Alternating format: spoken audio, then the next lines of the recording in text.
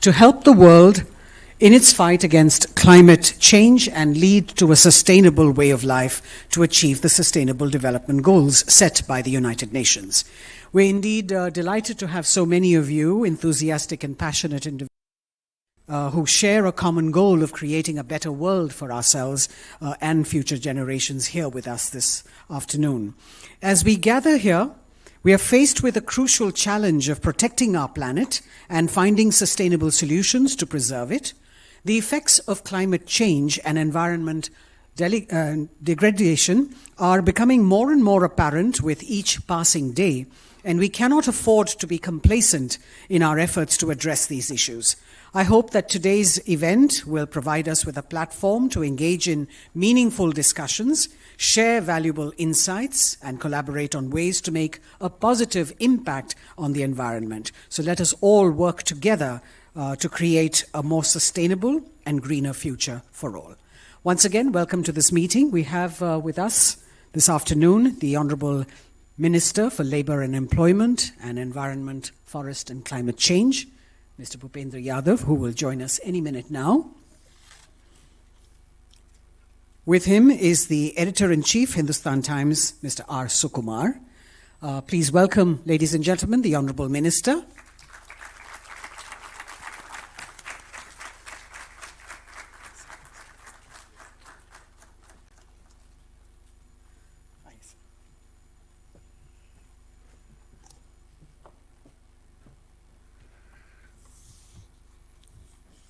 A warm welcome to the Honourable Minister for Labour and Employment and Environment, Forest and Climate Change.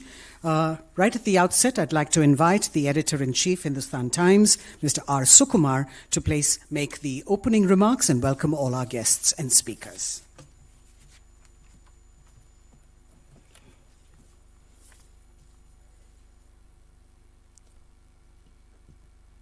Bhupender Yadav ji, Honourable Minister for Labour and Employment, Environment, Forest and Climate Change, His Excellency Yugo Astuto, EU Ambassador to India, Suman Sinha, Founder, CEO and Chairman of Renew, Dr. Arunabha Ghosh, CEO, Council for Energy, Environment and Water, and Sunita Narayan, Director General, Center for Science and Environment. Ladies and gentlemen, welcome to the first of several events that HT plans to do to focus on India's agenda for its G20 presidency. These are important issues. These are the kind of issues that are not part of news cycles. It's not like an election in Karnataka or an IPL match. These are sustainable issues that pretty much could decide not on the future of the country, but on the future of the world and perhaps the future of humanity itself. Just to review the 6 issues that India has listed for its agenda for the G20 presidency are green development, climate finance, and life, accelerated, inclusive, and resilient growth, progress on the Sustainable Development Goals, technological transformation and digital public infrastructure, multilateral institutions for the 21st century, and women-led and women-centric development. Each of these is a critical issue. Let's take today's topic for instance. We are here to talk about green development, climate finance, and life. As some of you may have seen in today's paper, there is now an increased chance, a 66% chance, that we will cross the 1.5 degree Celsius warming threshold over pre-industrial levels in the next 5 years. At one point in time, no one thought that this would happen before 2040 or 2050. And now we are told it could happen in the next 5 years. And then, because we will keep moving forward, we'll move towards 2 degrees. The impact of these changes will be catastrophic. Yet, any effort to tackle this needs to be equitable.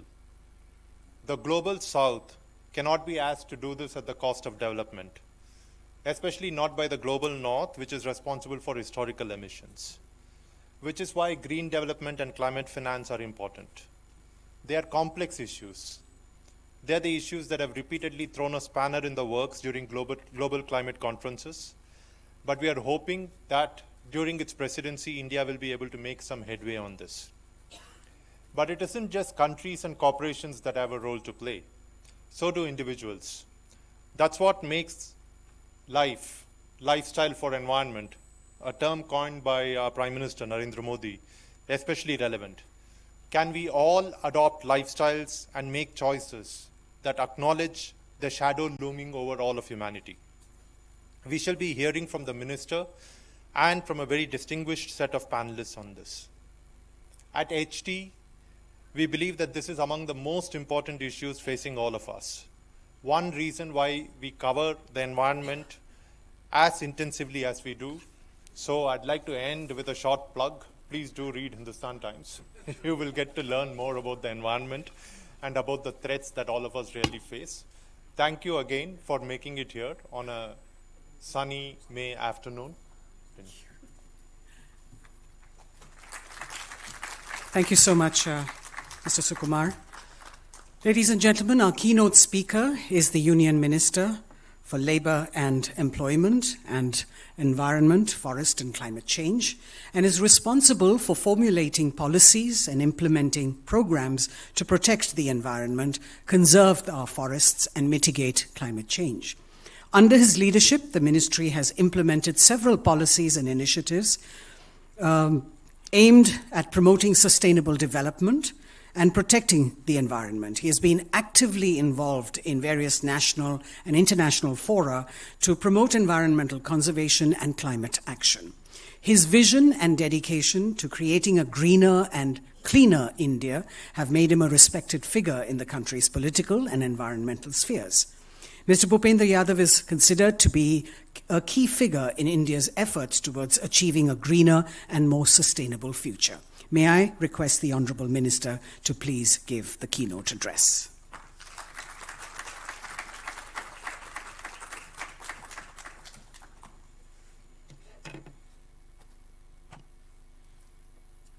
On the dais, Shri Sukumar ji, the distinguished panelists of today's further discussion, Sunita ji, Arunabh ji, ladies and gentlemen, Namaste and very good afternoon to all of you. I am happy to be present here today at the Hindustan Times G20 agenda. I am also eager to share with this, gathering my ideas and thought on a range of issues concerning sustainable development, a green India, mission life, and climate finance. Because all these ideas concern the future of the planet we call home, and the planet we will leave behind for our children. Talking about climate change or climate action, therefore it is not just tokenism. The climate talk we deliver and the climate action we initiate will decide the quality of life that our children will have tomorrow. So, I would like to congratulate the Hindustan Times Media Group for creating this platform today to discuss areas concerning climate change. Nature has blessed us with riches. Everything nature gives us in a beautiful and useful. But what we are giving back to nature is pure garbage and harmful. A man began making technological advancement. A false notion was created that human being is supreme. The anthropocentric outlook saw man as the different from the nature, when the fact is that we are one with nature. The global community together is today emitting over 1.5 trillion tons of CO2 annually.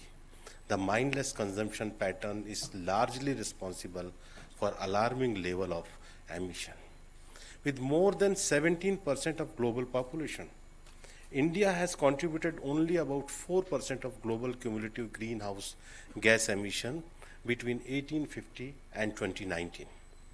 Africa, with 54 countries, accounts for only about 3% of global emission. Against this, 60% emissions have been contributed by developed nations. There is a lot of talk in the world on how emissions are getting added to environment. So let me tell you of a way to cut down on these emissions. Friends, according to the United Nations Environment Program, if 1 billion people out of the global population of over 8 billion adopt environment-friendly behaviors in their daily lives, global carbon emission could drop by about 20%. In India, Prime Minister Shri Narendra Modi ji has ensured we begin the work on cutting down emission at all levels from industry to individual. I am sure all of you have heard about Mission Life. Lifestyle for environment is a mantra the Honorable PM given to reduce emissions at all levels of the individual, meaning you and I.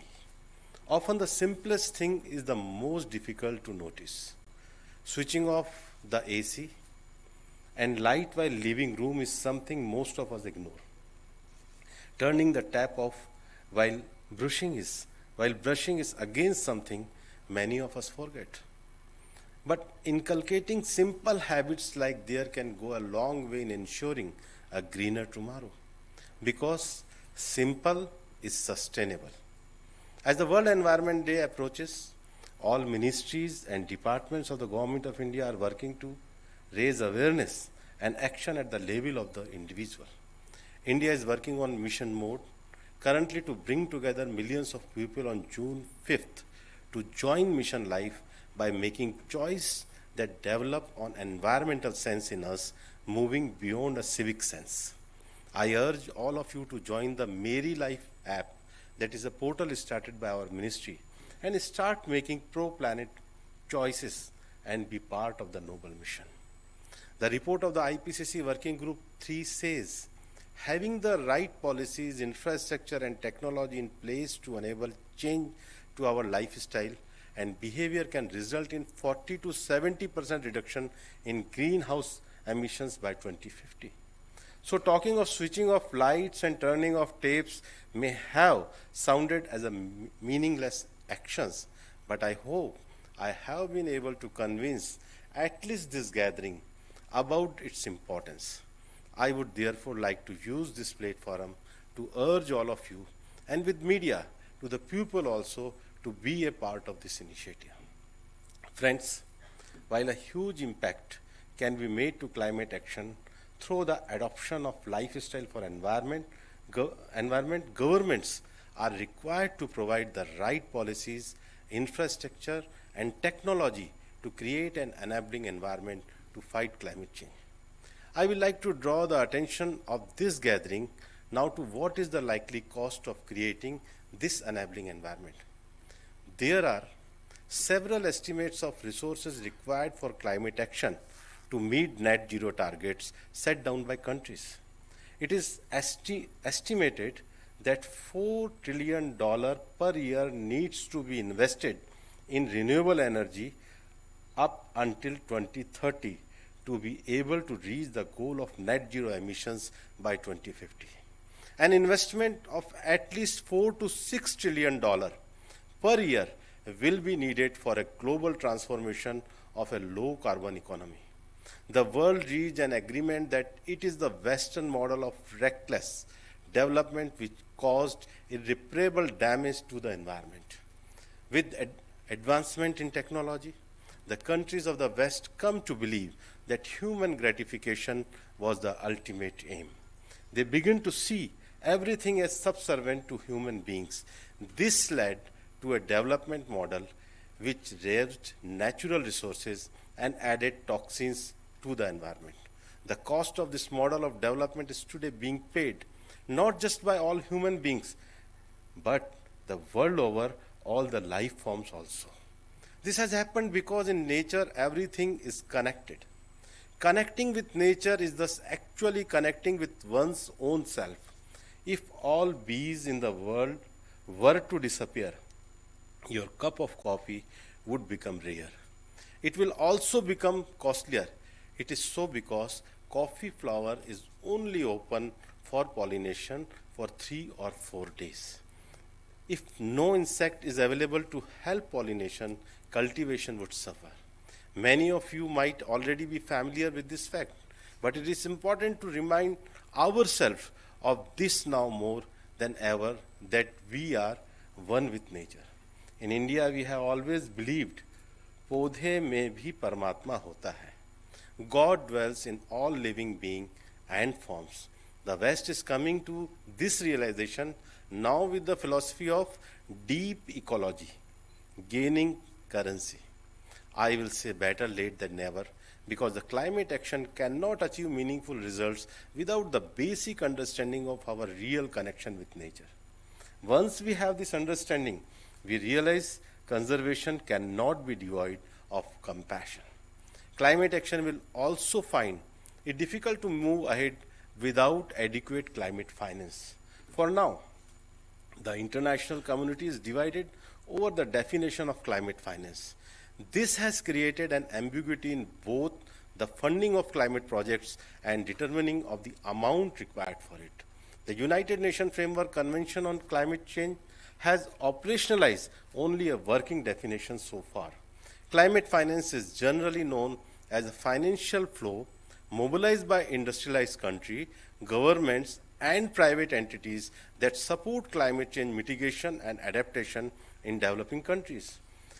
This means that funds allocated by national government for energy, climate transition activities would not be counted as climate finance. Historically, mitigation finance has accounted for a larger share of climate finance as compared to adaptation finance.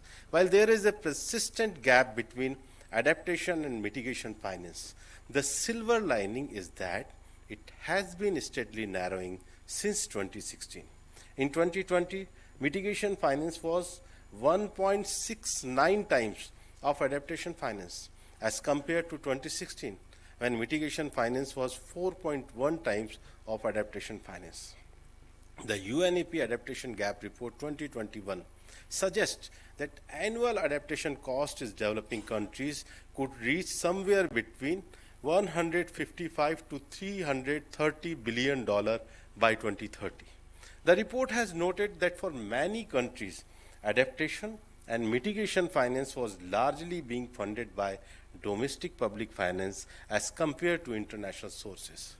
For instance, in August 2022, analysis of India's adaptation funding found that 94% of it was done by domestic public finance, which included central and state government budgets. India, under Prime Minister Narendra Modi ji, is a confident nation filled with a can-do approach. We are not waiting for the world to rescue us. We are, in fact, working to pull ourselves out of this crisis through domestic efforts and also helping the global south by leading alliances such as Coalition for Disaster Resilience Infrastructure and Infrastructure for Resilient Island States to ensure no one is left behind. This approach also reflects in India's G20 presidency, which adopted the theme of Vasudhaiv Kutumbakam, one earth, one world, one future. Working on a consensus-driven approach, India plans to ensure the world emerge from this crisis together and stronger. Under India's presidency, the G20 member countries have reaffirmed their commitment toward combating the environment and climate crisis with a renewed sense of urgency. On the domestic front, India's climate action have so far been largely financed from domestic resources. However, providing new and additional financial resources as well as transfer of technology to address the global climate change are among the commitments and responsibilities of the developed countries under UNFCCC and the Paris Agreement. India will also require its due share from such international financial resources and technological support. It was the developed countries who agreed to the $100 billion fund for the developing countries, and the same has not been delivered till date. Developing countries like India are entitled to receive these funds for the mitigation and adaptation programs and for capacity building to combat climate change. The vagaries of climate change today are impacting the developing world more. This has raised the risk of many nations being pushed into acute poverty and major food and water crisis. While the world acknowledges that poverty anywhere is a threat to peace and security everywhere, the required action to prevent this poverty is missing. In a remarkable development, at COP27 held in Egypt, the world agreed to establish a new funding arrangement as well as a dedicated fund to assist developing countries for loss and damages. India, as the voice of Global South, had been a vocal supporter of this loss and damages fund. So India does consider to creation of dedicated fund a remarkably important development. But India is also concerned over the future of this fund, its past experience, and urge the global community to act on it. At COP27 itself, while the loss and damage funding arrangement was agreed upon, serious concerns were expressed that the goal of developed countries parties to mobilize jointly $100 billion by 2020 has not yet been met. For more than a decade, the ambiguous language in developed countries' climate finance commitment for adaptation and mitigation has been called out. This includes debates about what counts as climate finance, the fair share of climate finance from diverse provider countries. Yet forward-looking deliberations are undermined by recent history. The developed world has fallen short of honoring its commitment to the climate finance. Friends, the good news is that we in India have continued to make effort to combat climate change at our own level. Environment conservation is the front and center of all policy formulations today in India. Prime Minister Shri Narendra Modi ji has outlined that in India, environment conservation and development are not at cross purposes but work together. If you look at the budget 2023 and 24, the Saptarishi or 7 priority areas include green growth. The aggressive policies of India toward rapid development of renewables and robust framework for energy efficiency programs have shown considerable impact by the policy of our government. India has been ranked among top 5 countries in the world and the best among the G20 countries based on its climate action performance. I am tempted to say that we have come so far without the promised climate finance. When it comes to India's commitment toward net zero emission by 2070, we are walking the talk. At COP26, Prime Minister Shri Narendra Modi ji declared Panchamrit, a 5-fold strategy to achieve this feat. These 5 points include: first, India will get its non-fossil fuel energy capacity to 500 gigawatt by 2030. Second, India will meet 50% of its energy requirement from renewable energy by 2030. Third, India will reduce the total projected carbon emission by 1 billion tons from now onward till 2030. Fourth, by 2030, India will reduce the carbon intensity of its economy by less than 45%. Fifth, so by the year 2070, India will achieve the target of net zero. In August 2022, India became one of the few countries to communicate its updated nationally determined contribution to United Nations Framework Convention of Climate Change. India now stands committed to reduce emission intensity of its GDP by 45% by 2030. From being a power deficit nation at the time of independence, the effort of Make India energy independent gained momentum in 2014. Today, we are a power surplus nation with a total installed capacity of over 4 lakh megawatt. Keeping in mind SDGs, India power generation mix is rapidly shifting toward a more significant share of renewable energy. India has already installed 172.45 gigawatt to renewable energy and is the only country among G20 nations that is progressing rapidly to meet its climate goal. India's annual renewable energy addition has been exceeding that of coal-based thermal power since 2017, and in the last 9 years, India's installed renewable energy capacity has increased by 2.5 times, and the solar energy capacity has increased by 25 times. India is thus likely to achieve its second NDC well ahead of schedule. The budget 2023-24 also made an allocation of rupees 19,700 crore to the National Green Hydrogen Mission as a step towards a decarbonization pathway. Simultaneously, India's forest cover has grown significantly. The total forest and tree cover of the country is 80.9 million hectares, which is 24.62% of the geographical area of India. As compared to the assessment of 2019, there has been an increase of 2,261 square kilometers in the total forest and tree cover. India is ready to support the global efforts to protect at least 30% of biodiversity-rich land and water areas by 2030, which is the target set under the Global Biodiversity Framework agreed upon the UN Biodiversity Summit. The population of lion, tiger, leopard, and elephant has grown. India has launched the Big Cat Alliance for protection of big cats across the world. India is working with whole of government approach and at all level of society, the individual, the community, and the government to protect the environment. Because protecting the environment is an act of faith for India, not just a lip service. Ladies and gentlemen, I have spoken at length today, and you all have heard me patiently. I am thankful for that. I am also thankful to Hindustan Times for having me at this event.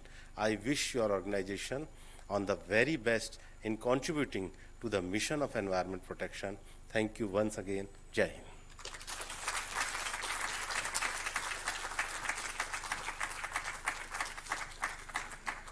Thank you very much, Honourable Minister Sir, for your informative and very inspiring address. We will now follow on to panel discussion after. Thank you so much, sir, for having spared the time to be with us.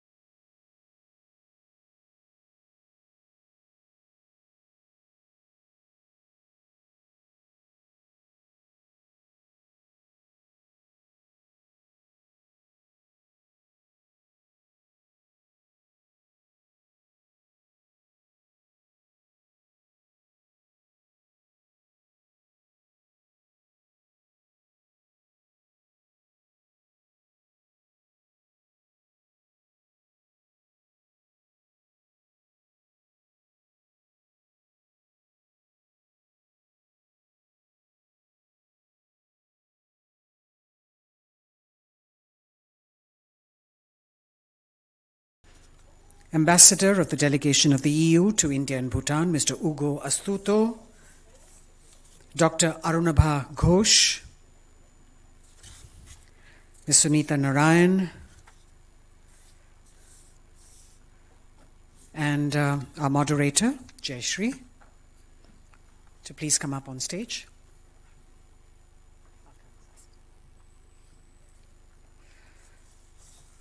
Mr. Sumant Sinha will join us very soon.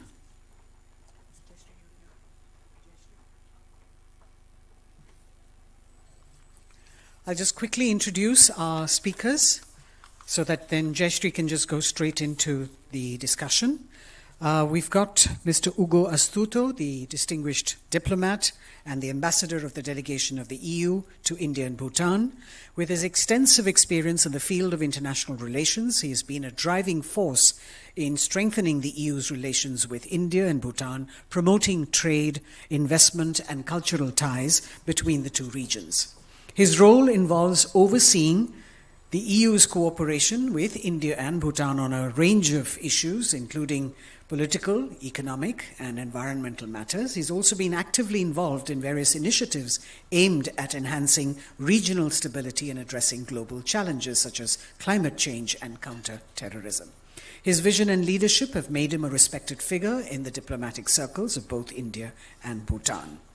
Dr. Arunabha Ghosh, renowned economist and thought leader in the field of energy and environmental policy, founder and CEO of the Council on Energy, Environment and Water, CEEW, a leading think tank in India that specializes in research and analysis on energy, climate change, and sustainable development.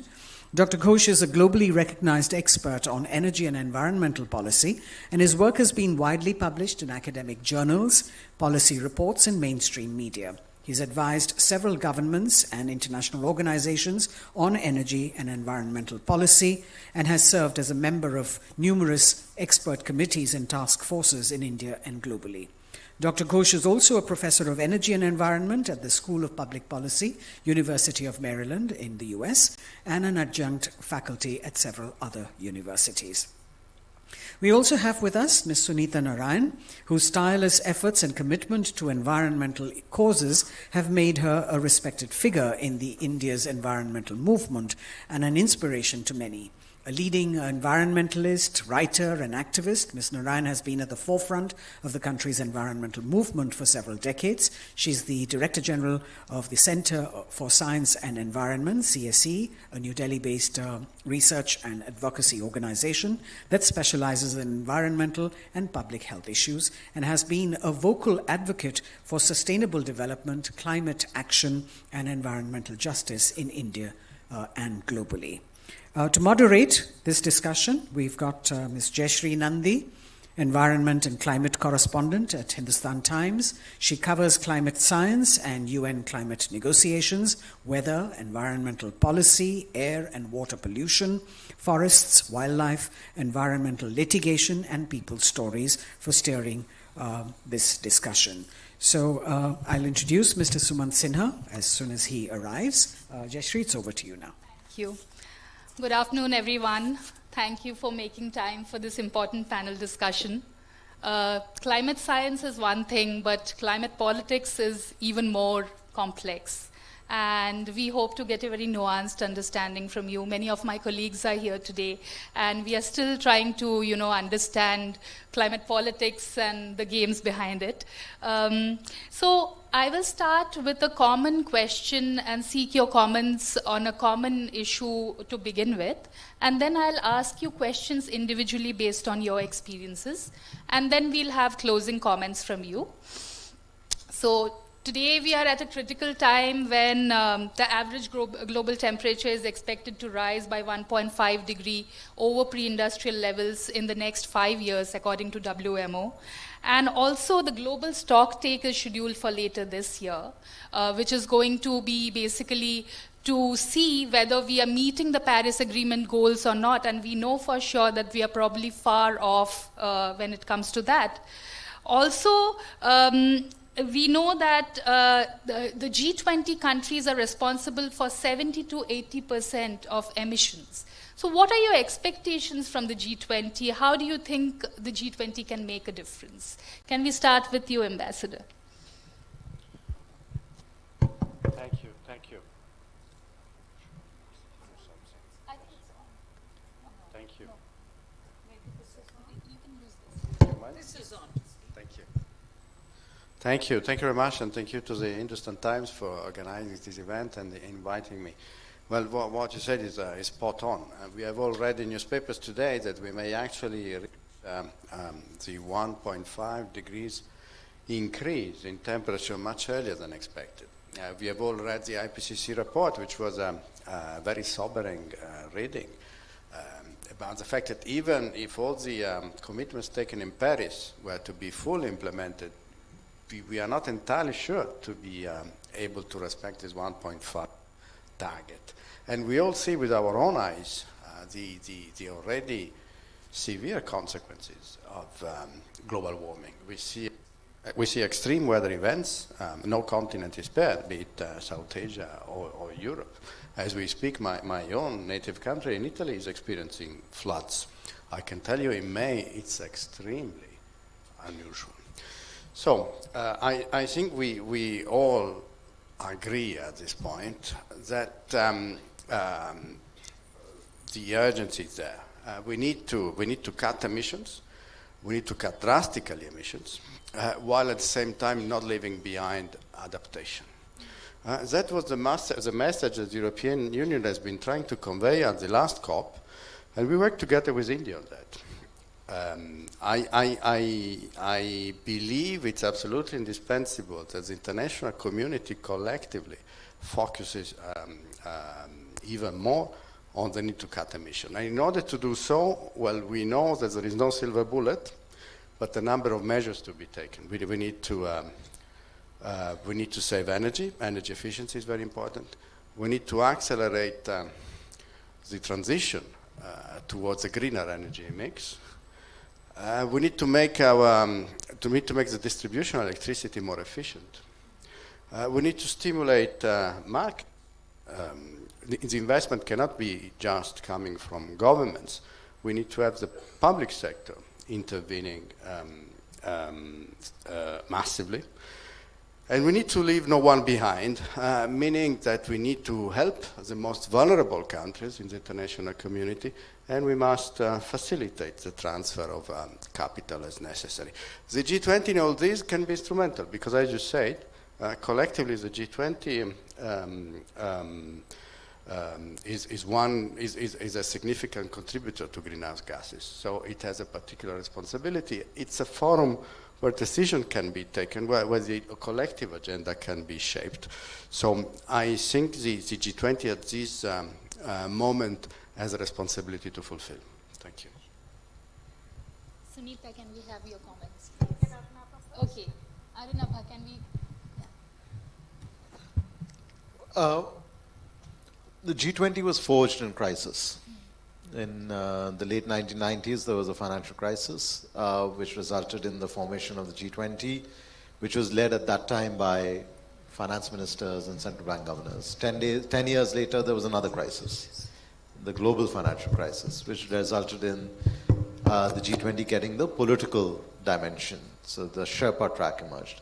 We are in the middle of another financial crisis right now, actually, in the world, with many emerging markets and developing countries under the burden of debt, and the deceleration in SDGs. Now, against that backdrop, what can we expect from the G20 with regards to green development and climate action? It is the number one thing that we hope, is that the G20 recognizes that climate change is not an environmental issue alone. That it is at the heart of a far bigger existential crisis that is going to impact our economic prospects, human development, the resilience of our natural ecosystems, and of course, the prospects for future generations. Now, if we internalize that message, in part delivered by the WMO this week alone. Then operationally, what is it that it can do? And the G20 operates in these two different tracks, the Sherpa track and the finance track. And number one priority should be that the two tracks talk to each other and cohere in terms of what they deliver on climate action. What I mean by this is, say in the Sherpa track, we have something called the Environmental, Climate and Sustainability Working Group. We also have something called the Energy Transition Working Group. This year, India is introducing a Disaster Risk Reduction Working Group. Yeah.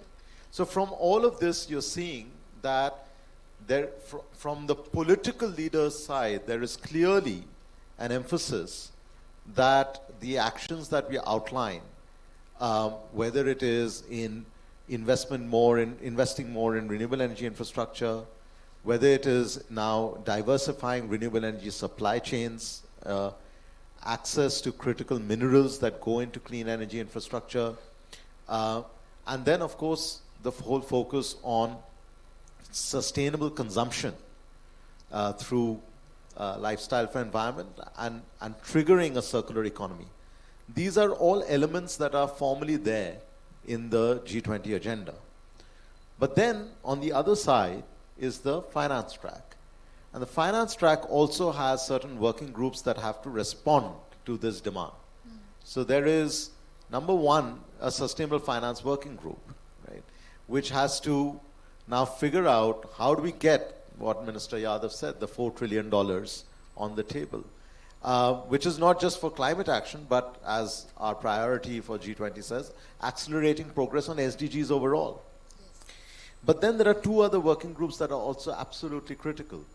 One is called the Framework Working Group, which looks at the entire sort of macroeconomy, global macroeconomy. And that's where the indebtedness of developing countries is of particular concern, that when you are deeply indebted, when various types of shocks have reduced your fiscal space, how will you find the resources to then invest in climate? And if that reform happens, then a lot of the public capital that could be leveraged to bring in private capital does not happen. So I've given a very kind of perhaps a dry answer, but you know, the G20 is the forum where these nuts and bolts have to be worked out. The rest is rhetoric.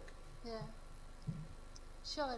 Sunita, give us your views and also how important, if you could also talk about how important the communique would be. And so I think from all you've heard, it's very important that G20 is a very important forum to discuss this. Now, for me, the clock is ticking. We're already in May. The communique is not very far away in September. So the paper and the working has to be, I'm sure, as good diplomats, Ambassador will tell us that all the work has to be finished quite a few months before. So to me, why is G20 important? Firstly, G20 is important because unlike G7, it has countries with differentiation in it. So whereas when G7 speaks about climate issues, it is really about rich countries, and those are countries with the highest historical emissions. Those are countries which have to take the lead when it comes to mitigation, and they should have the toughest targets in front of them. Yeah. But G20 is a forum which has both the richest and the most, the biggest historical and the current largest polluters. It also has emerging countries. Countries like India, Indonesia, Brazil, South Africa. These are countries which will have a different trajectory when it comes to emission control. Now, what I think G20 therefore needs to do, and this is a very important moment, we've had the Indonesian presidentship, we now have India, moving to South Africa, and then, Brazil, and then Brazil now after this. I think it's a very important time for us, for the Indian government, in this communique, to make sure that the issue of climate action is given the highest priority. Mitigation targets are given the highest priority. And with that, the issue of equity and differentiation is also embedded. And I think this is an opportunity we must not miss. because this is going to be very important for the future when it comes to issues of the just energy transition, the question about mitigation between countries and the pathway ahead.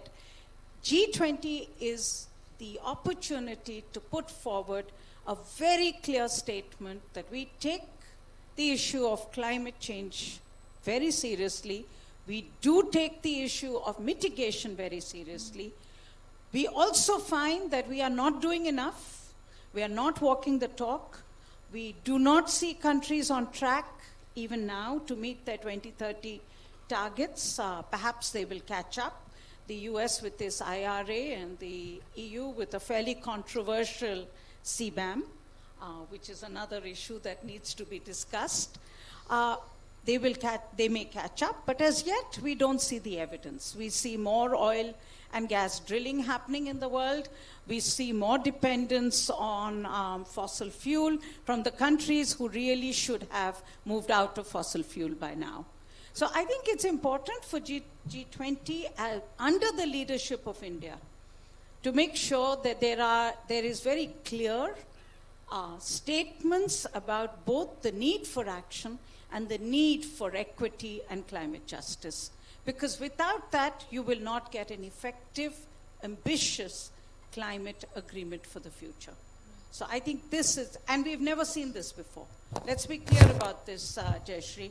We've had a lot of talk about climate change, but even now in the Paris Agreement, it says climate justice is important for some. That's what the preamble of the Paris Agreement says. I think for India, the most important issue as a voice for the South is to make sure that not only is there high ambition, but that high ambition goes with the issue of climate justice. Yeah, absolutely. I think a related question for Ambassador, every time we report from COPs or we are reporting in general on climate politics, we report on how the trust between developed and developing nations is eroding, and the lack of trust is deepening with every UNFCCC meeting. One of the issues is climate finance, and the minister spoke at length about it, how there is not enough finance from developed countries coming through, not finance for adaptation. How do you think this issue will finally be addressed and trust restored? And also, how do we make sure that the finance that is coming is not in the form of loans alone? I mean, our indebtedness is going up, like Arunabha was saying, so what is the solution for this? Thank you. I think, yeah. Yours, if you don't mind. Thank you. Thank you very much. Well, I think I agree that we need to build trust. And I think the European Union has demonstrated its commitment in this respect at the last COP, where you may remember until the last few days, the controversy was, should we create or shouldn't we create a loss and damage fund? And then the European Union clearly came out in favor of the creation of a loss and damage fund, working together with India for a positive conclusion of the conference of the party. So I think that's evidence of the fact that we understand and we are trying to work so that this trust can be established. We need climate action. We also need that no one is left behind.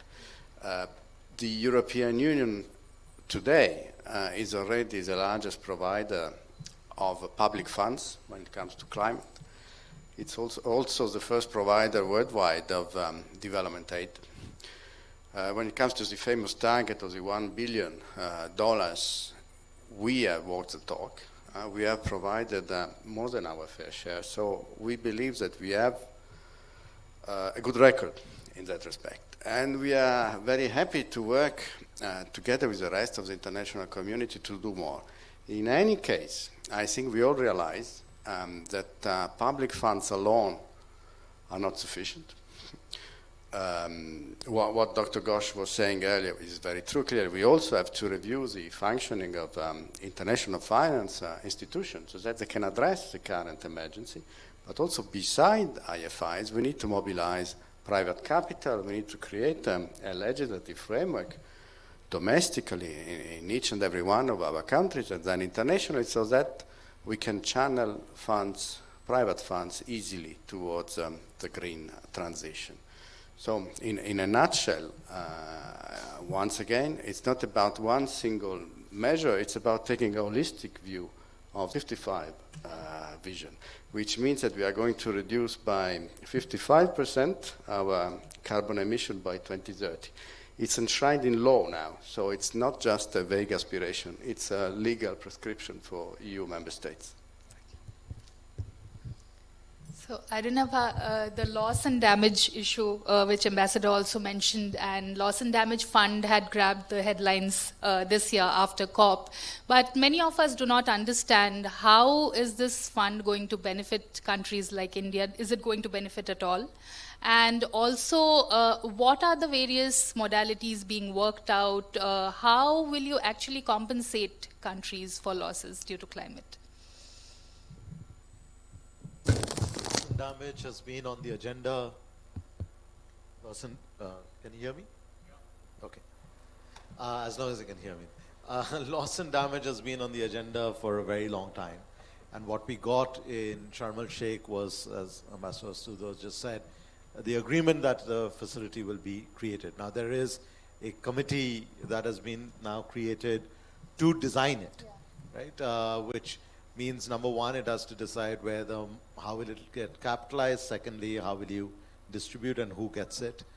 To answer your question, I think one of the things we have to be very clear about is making sure that just because we are big, that does not mean small is vulnerable and the big is emerging economy. There are many parts of India and many parts of many other large economies that are extremely vulnerable to climate change. Our entire agriculture sector, when we think about this 1.5 degrees increase over the next 5 years, we have to think about not just global surface temperature on average. We have to ask ourselves, what is the appropriate range within which the wheat crop grows or dies? What results in early maturing of the crop and therefore lower yield? What results in lower output from cattle in terms of milk? All of that then impacts.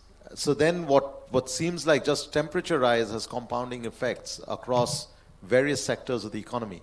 So we have to make sure that the loss and damage financing facility accounts for a way of understanding vulnerability rather than excluding an entire set of countries from it and just saying, okay, if you're a small island state, then you get the money and not. That raises the second question of, how do you finance this? And this is something that we need to start thinking about quite innovatively. In fact, in addition to the G20, there is also the financing summit that President Macron is hosting next month. And again, India is co-chairing the steering committee for the summit. And one of the things we are exploring in that is how do we consider innovative financing mechanisms that can raise a lot more capital, particularly to address the vulnerability issue. Because while mitigation financing can get a lot more of the private sector investment, you'll probably hear from Sumant, how to get more private sector investment. But adaptation and particularly resilience will require some innovative thinking. Now, what those solutions are, will that be, the production of fossil fuels? Will that be the maritime sector? Will it be the aviation sector? Will it be financial transactions? There are all sorts of options on the table that we have to consider. Only then we will get a loss and damage financing facility that is sort of fit for purpose. But one last thing I should say is that we also have to design an insurance cushion. So loss and damage suggests that once you're lost and once you're damaged, then something will pay up. But you need an insurance cushion that gives you the bulwark to fall back onto when the compounding climate shocks emerge. And that's what we don't have.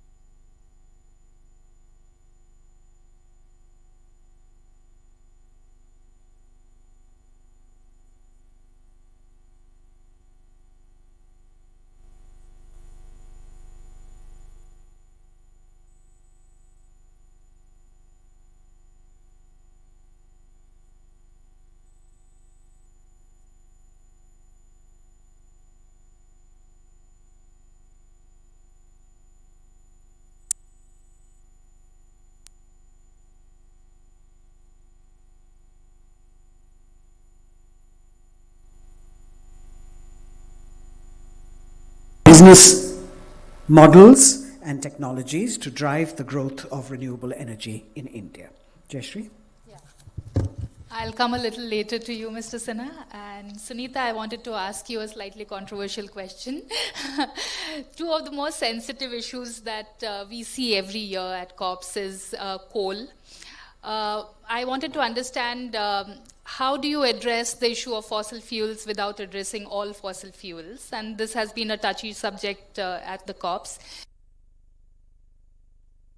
Talk about, reconsidering who would be the donors for loss and damage, for climate finance, and even emerging economies should contribute is what the developed countries have said. What are your thoughts on these issues, if you could share some? Definitely, Jayashree, and I know why you ask me controversial questions. Let me start with the second one first, because taking forward the issue of loss and damage. So when the Loss and Damage Fund was created, frankly, it's not a new idea. So let's be clear, it's been on the table since almost the first COP when AOSIS put the issue of loss and damage on the table. So it's not a new idea. What we got in Sharm el-Sheikh is really nothing but a piece of paper. Hopefully now we will work out the details and come up with more flesh on the idea, including the ways of funding it. Now the question that has, the two questions that are obviously the biggest questions is three. One is who should pay for it, which is what you're asking me. Should India pay for it as well? Now our position has been absolutely no. And the reason is, and I think this is where we go back to the root of the problem with climate negotiations. Climate negotiations are global negotiations. They need to be based on rules. They should not be based on the whims and fancies of countries and on the ability of big countries to bully small countries. They need to be based on rules. Now this is where the Framework Convention on Climate Change, where we draw the first inspiration or the rule from, in 1992 was based on the framing that said, there is a group of countries which have created the problem, they need to reduce. The remaining world will also add to emissions as they grow. They need the right to development, but they must develop differently. And for that, we need finance and technology as enablers so that they can actually grow, but they can grow without pollution. And that was the framing of the first convention.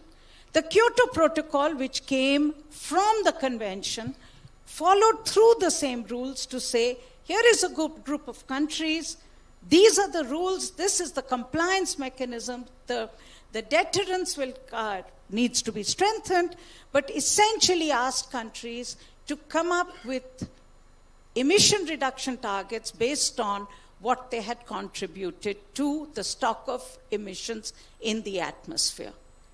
Now, after that, the world gave up. We essentially decided, because the US would never sign a rule-based international agreement, the world decided, no, let's come up with an agreement in which everybody is going to do whatever best they can, and we will try and make sure somewhere the rule of equity is kept at the back of our mind, but it's not as part of the principle of the pledge. So it's a pledge system. I pledge to reduce 50% by 2030. I pledge to reduce 30%. Now what this has meant is, firstly, according to UNFCCC itself, even if all countries were to meet the pledges and even the enhanced NDCs, we will not stay below the 1.5 degrees centigrade, which means we're way off track. The other is that the pledges themselves are extremely inequitable. And thirdly comes the problem of loss and damage. Why India has not contributed to the stock of greenhouse gases in the atmosphere, either in the past or even up to 2030, it should not be part of the conversation, but it's a distraction. It is used to essentially delay and to create a divide between the rich the poor and the even poorer countries, between the vulnerable and the even more vulnerable countries. We are sitting and deciding now who is more vulnerable. How is India not vulnerable with its vast coastline, with its large numbers of very poor people who are dependent on the very variable monsoon today? How is Bangladesh more vulnerable? Why are we making India fight Bangladesh? But that's essentially the framing of the global negotiation, which is today extremely distracting. It delays action, and it actually makes sure that we do not move towards what I think is needed, a very ambitious, a very urgently needed emission reduction targets by countries. So that's why the loss and damage issue, to me, Jayashree, needs to go back to the root to discuss the issue of accountability, of responsibility. Coal, very quickly, because I know Sumant hasn't had a chance to speak yet. The issue of coal. Yes. I think coal has again been one of those issues which essentially, today let's look at the facts. The part of the world which has contributed most to the stock of greenhouse gases in the atmosphere used coal to build up the stock in the atmosphere. But they have moved out of coal today to what they consider relatively cleaner sources, which is gas in most cases, nuclear in limited spaces, and in some countries like Germany, renewables. But more or less, it's still gas. Otherwise, you wouldn't have all this Russia-Ukraine issue becoming such a hot potato. Gas is at the center of energy security even today. Now, this overemphasis on coal, which is also a fossil fuel, as much as gas, essentially means that 70% of the world, which has not contributed to the stock of greenhouse gases, which is least capable of moving out of its current energy security, which is based on coal, the onus of change is put on them.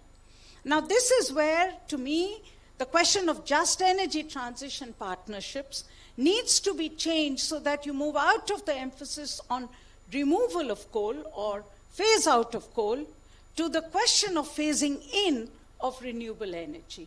Right. Okay? You need to move towards looking at gas and coal together, and you need to look at the fact that we need gas today because for us, local air pollution means that we need to move towards gas. Delhi has banned the use of coal. We have banned the use of coal in a 100-kilometer radius around Delhi because of local air pollution. We want industry to move towards gas, but the gas prices are so high today, largely because of the fact that today all the gas in the world is moving towards more paying customers, and we are not one of them. Sure. Thank you, Sunita.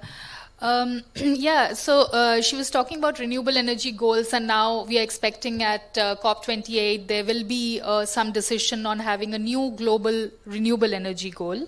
India's total installed power generation capacity has reached 460 gigawatts, of which nearly 40% is from non-fossil sources.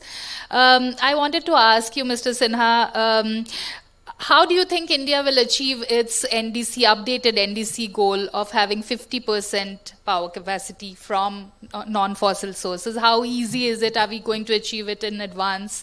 And can we achieve more than that? Yeah, thank you. Thank you for that, Jayashree, and apologies again for being late, and apologies to my panelists as well. In terms of meeting the target of 50% non-fossil fuel capacity, or fossil fuel capacity, whichever way you want to cut it, I think it's going to be achieved because, as you said, we're already at 40% right now. So I think getting to 50% just means that if we just add the next 50, 60 gigawatts out of renewable energy, then essentially you're already there, and that will happen in the next 3-4 years. So the reason it's gone off is because I think, Jayashree, you need to ask him not about capacity, I know, but about generation. No, I know. So I was just about to come to that. But you did as, and again,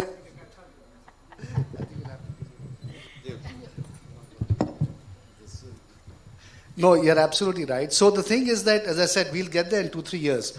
But I don't think that's really the nub of the problem.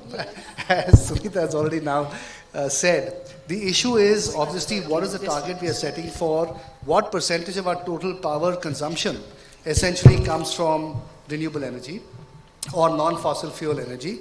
And that is, if you just extrapolate the 50% in 2030, it comes to about 30% of total energy consumption.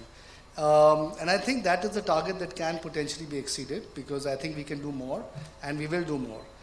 But I think, now, so there are two issues that I want to just bring up. Number one is that adding capacity in renewables is not that straightforward.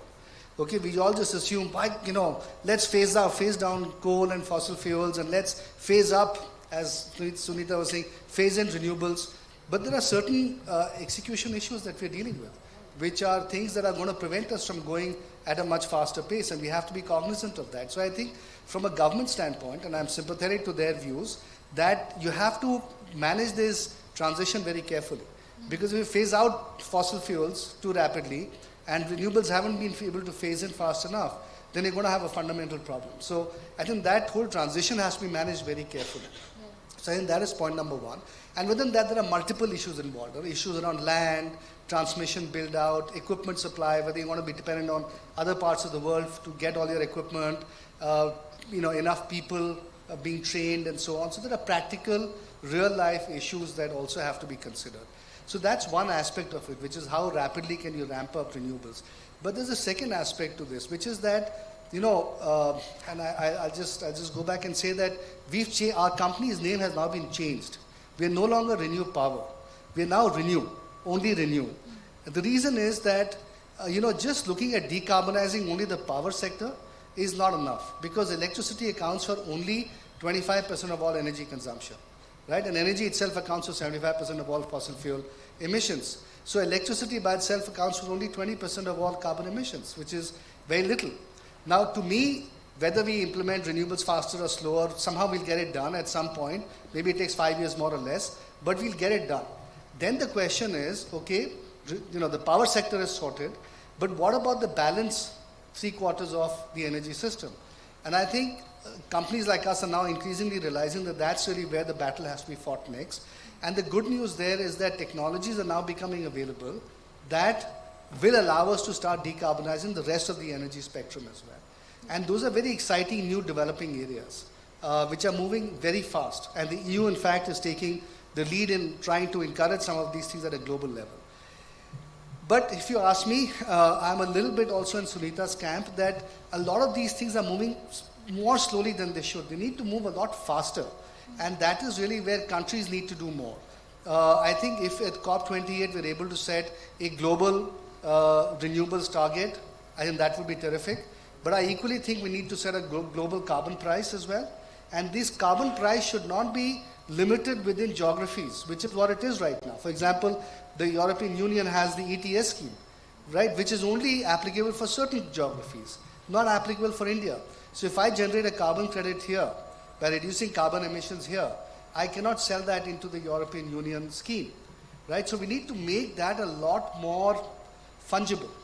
So the whole world needs to move to the same carbon system. I think all of that will allow us then to reduce carbon emissions faster than the trajectory that we're on right now. And maybe by 2050, 2040, 2060, whatever be that deadline or that date, we'll end up getting there, because I think now there's enough momentum, there's enough technology developments, but I think the policy push is still a little bit weak and still needs to be bolstered. I think to Arunabha's point around resilience and adaptation, I think mitigation is moving at a certain pace, right, which I said is good enough, but it has to do faster. And so therefore adaptation and resilience are going to become much more important as part of this whole climate change and just transition conversation. And I think we'll start seeing a lot more of the conversation moving in that direction now. Sure. As well. Sure. Thank you so much, Mr. Sinha.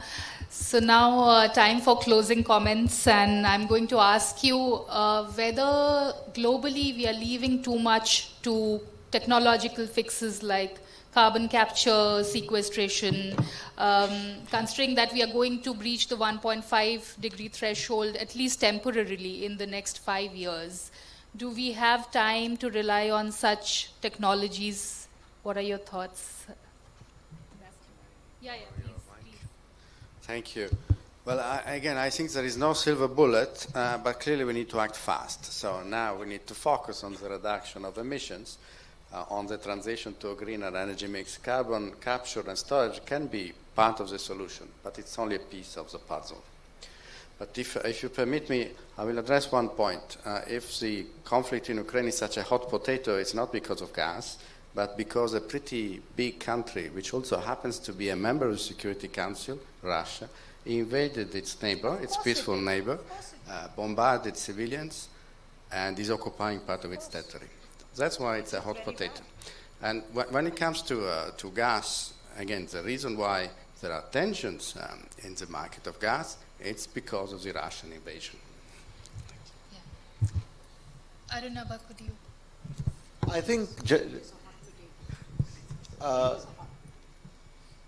Jayashree, there is no question, and I've written about this in the Hindustan Times, that we have a technocentrism approach to the whole climate crisis. And as long as technocentrism is our number one sort of in the quiver of arrows, it's the first arrow we pull out, that there'll be a technology fix, we will keep,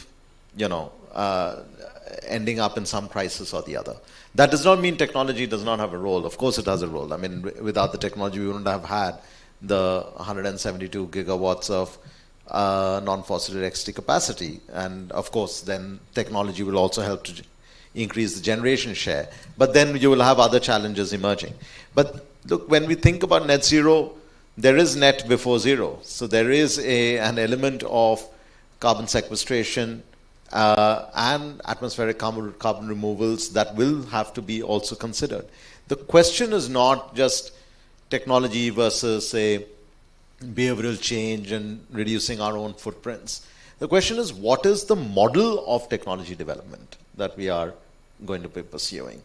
Right? Are we again going to have, at the end of the day, if this is a global commons problem, then are we going to not have a global commons approach towards solving it, especially the really hard parts?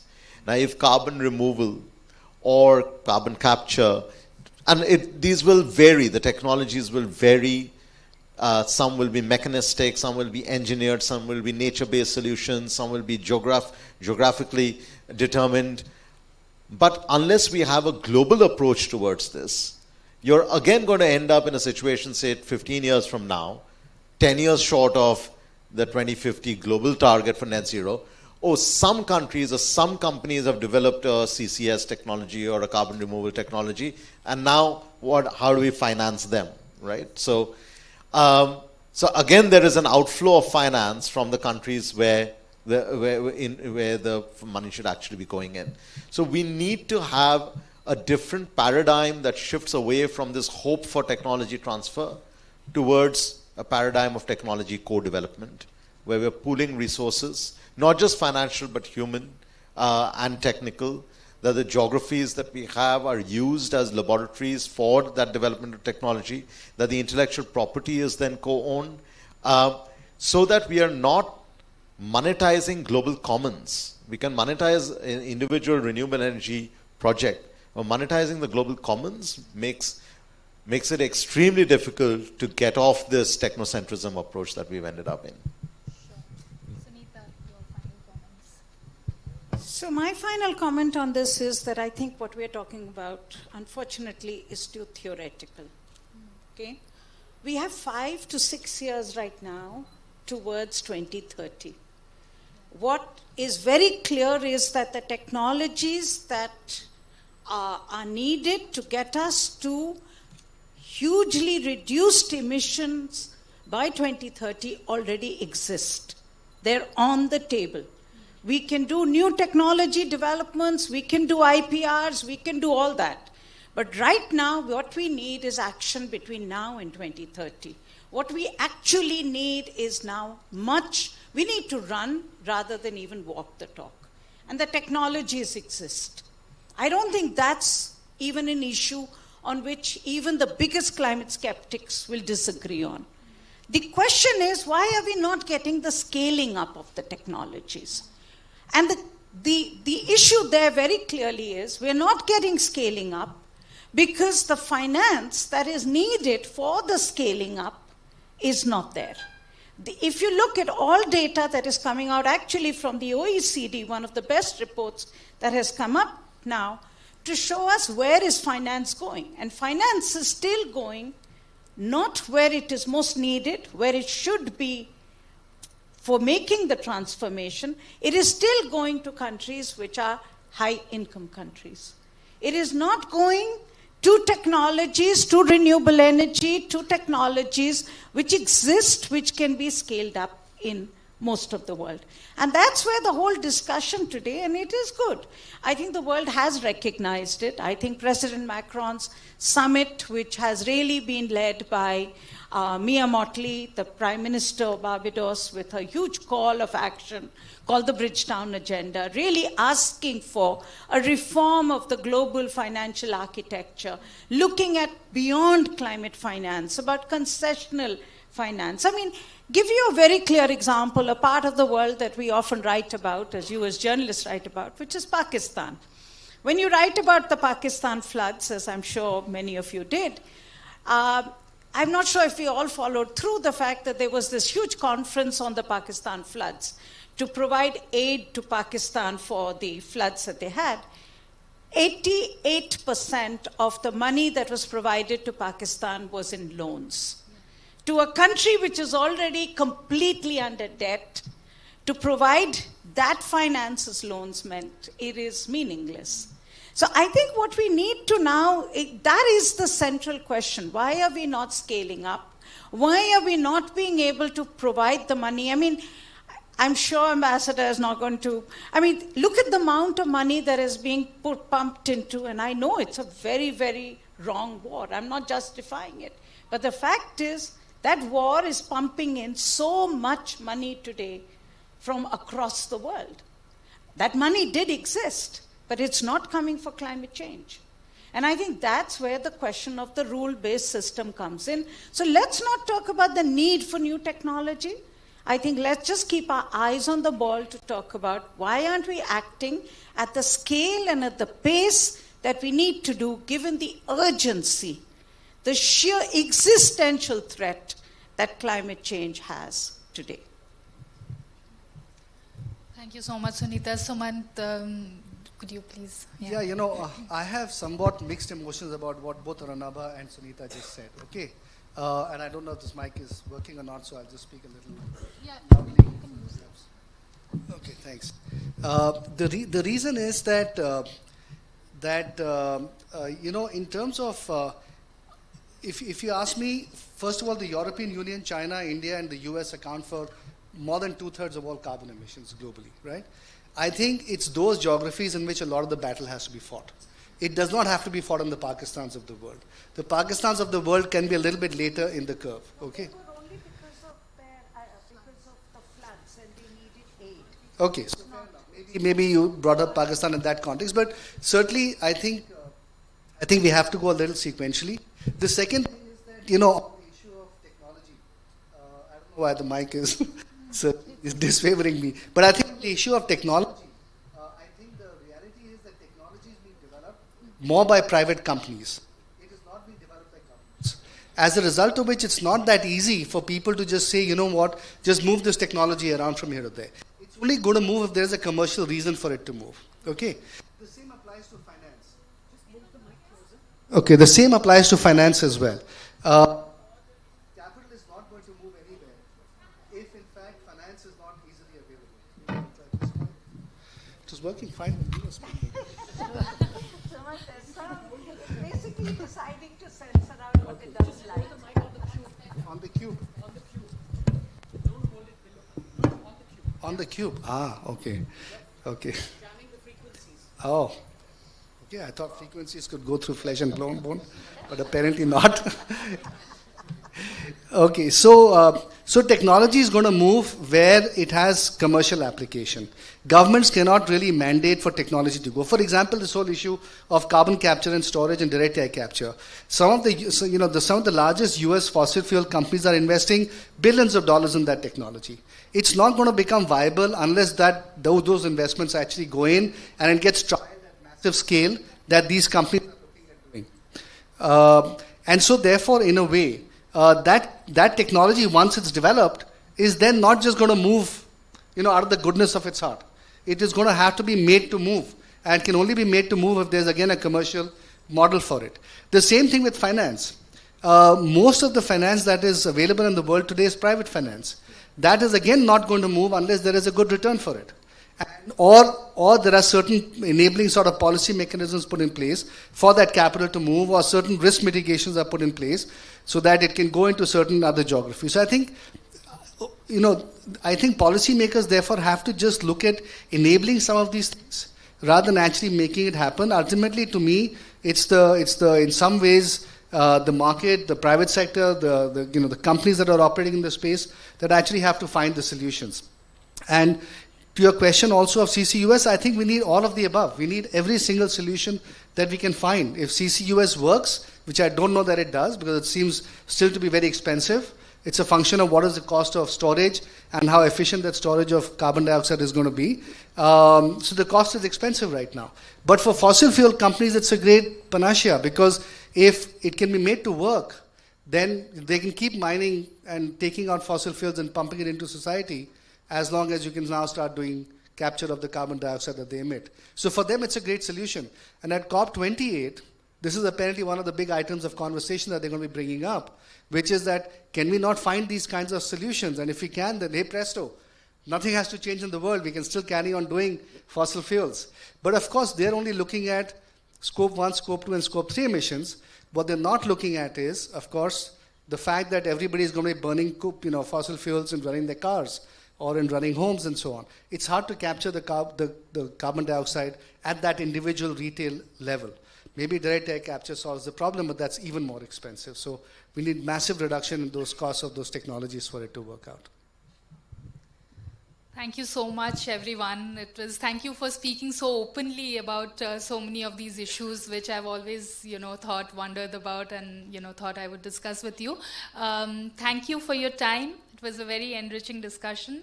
Thank you once again.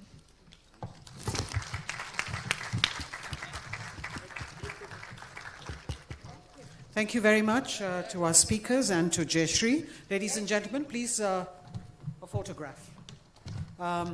Please join us now for tea and refreshments, which is above, the floor above and just behind the auditorium. So please use the exit doors which are behind you to move to the area where we've got refreshments for you. Thank you very much.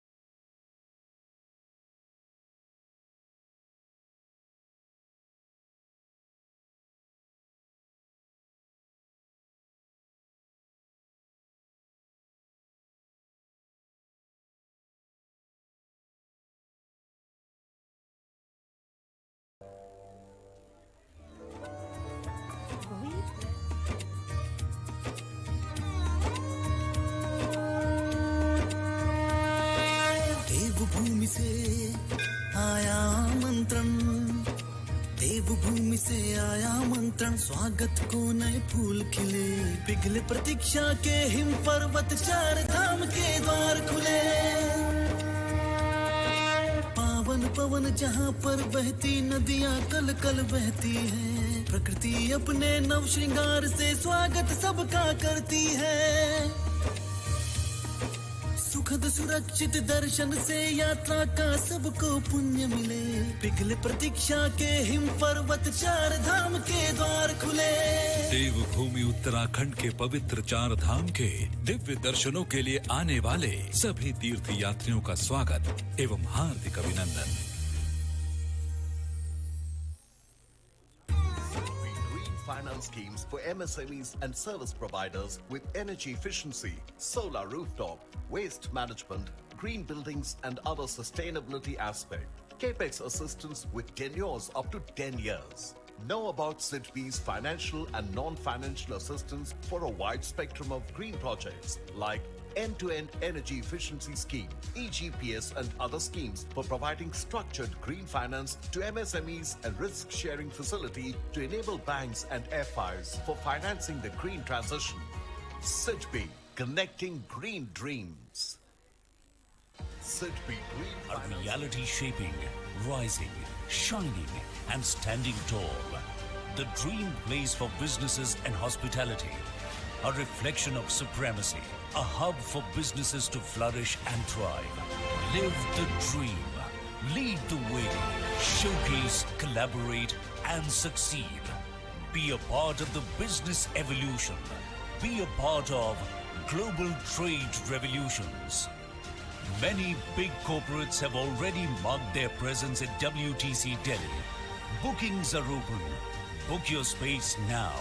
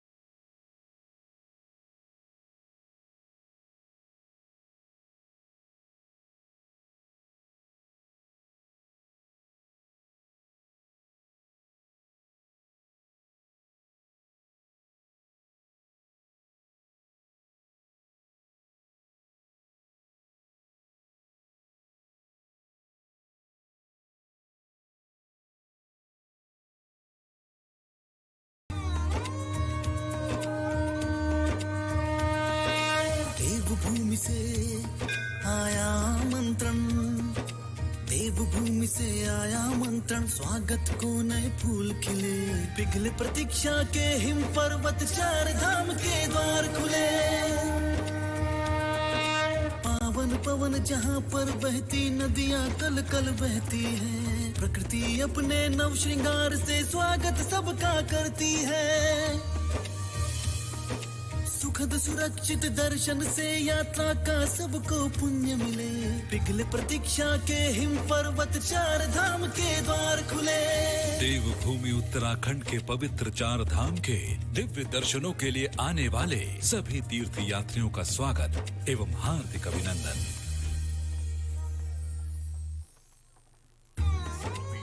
Finance schemes for MSMEs and service providers with energy efficiency, solar rooftop, waste management, green buildings and other sustainability aspects. Capex assistance with tenures up to 10 years. Know about SIDB's financial and non-financial assistance for a wide spectrum of green projects like end-to-end energy efficiency scheme, EGPS and other schemes for providing structured green finance to MSMEs and risk-sharing facility to enable banks and FIs for financing the green transition. SIDB, connecting green dreams. City Green A Finance. reality shaping, rising, shining, and standing tall. The dream place for businesses and hospitality. A reflection of supremacy. A hub for businesses to flourish and thrive. Live the dream. Lead the way. Showcase, collaborate, and succeed. Be a part of the business evolution. Be a part of global trade revolutions. Many big corporates have already marked their presence at WTC Delhi. Bookings are open. Book your space now.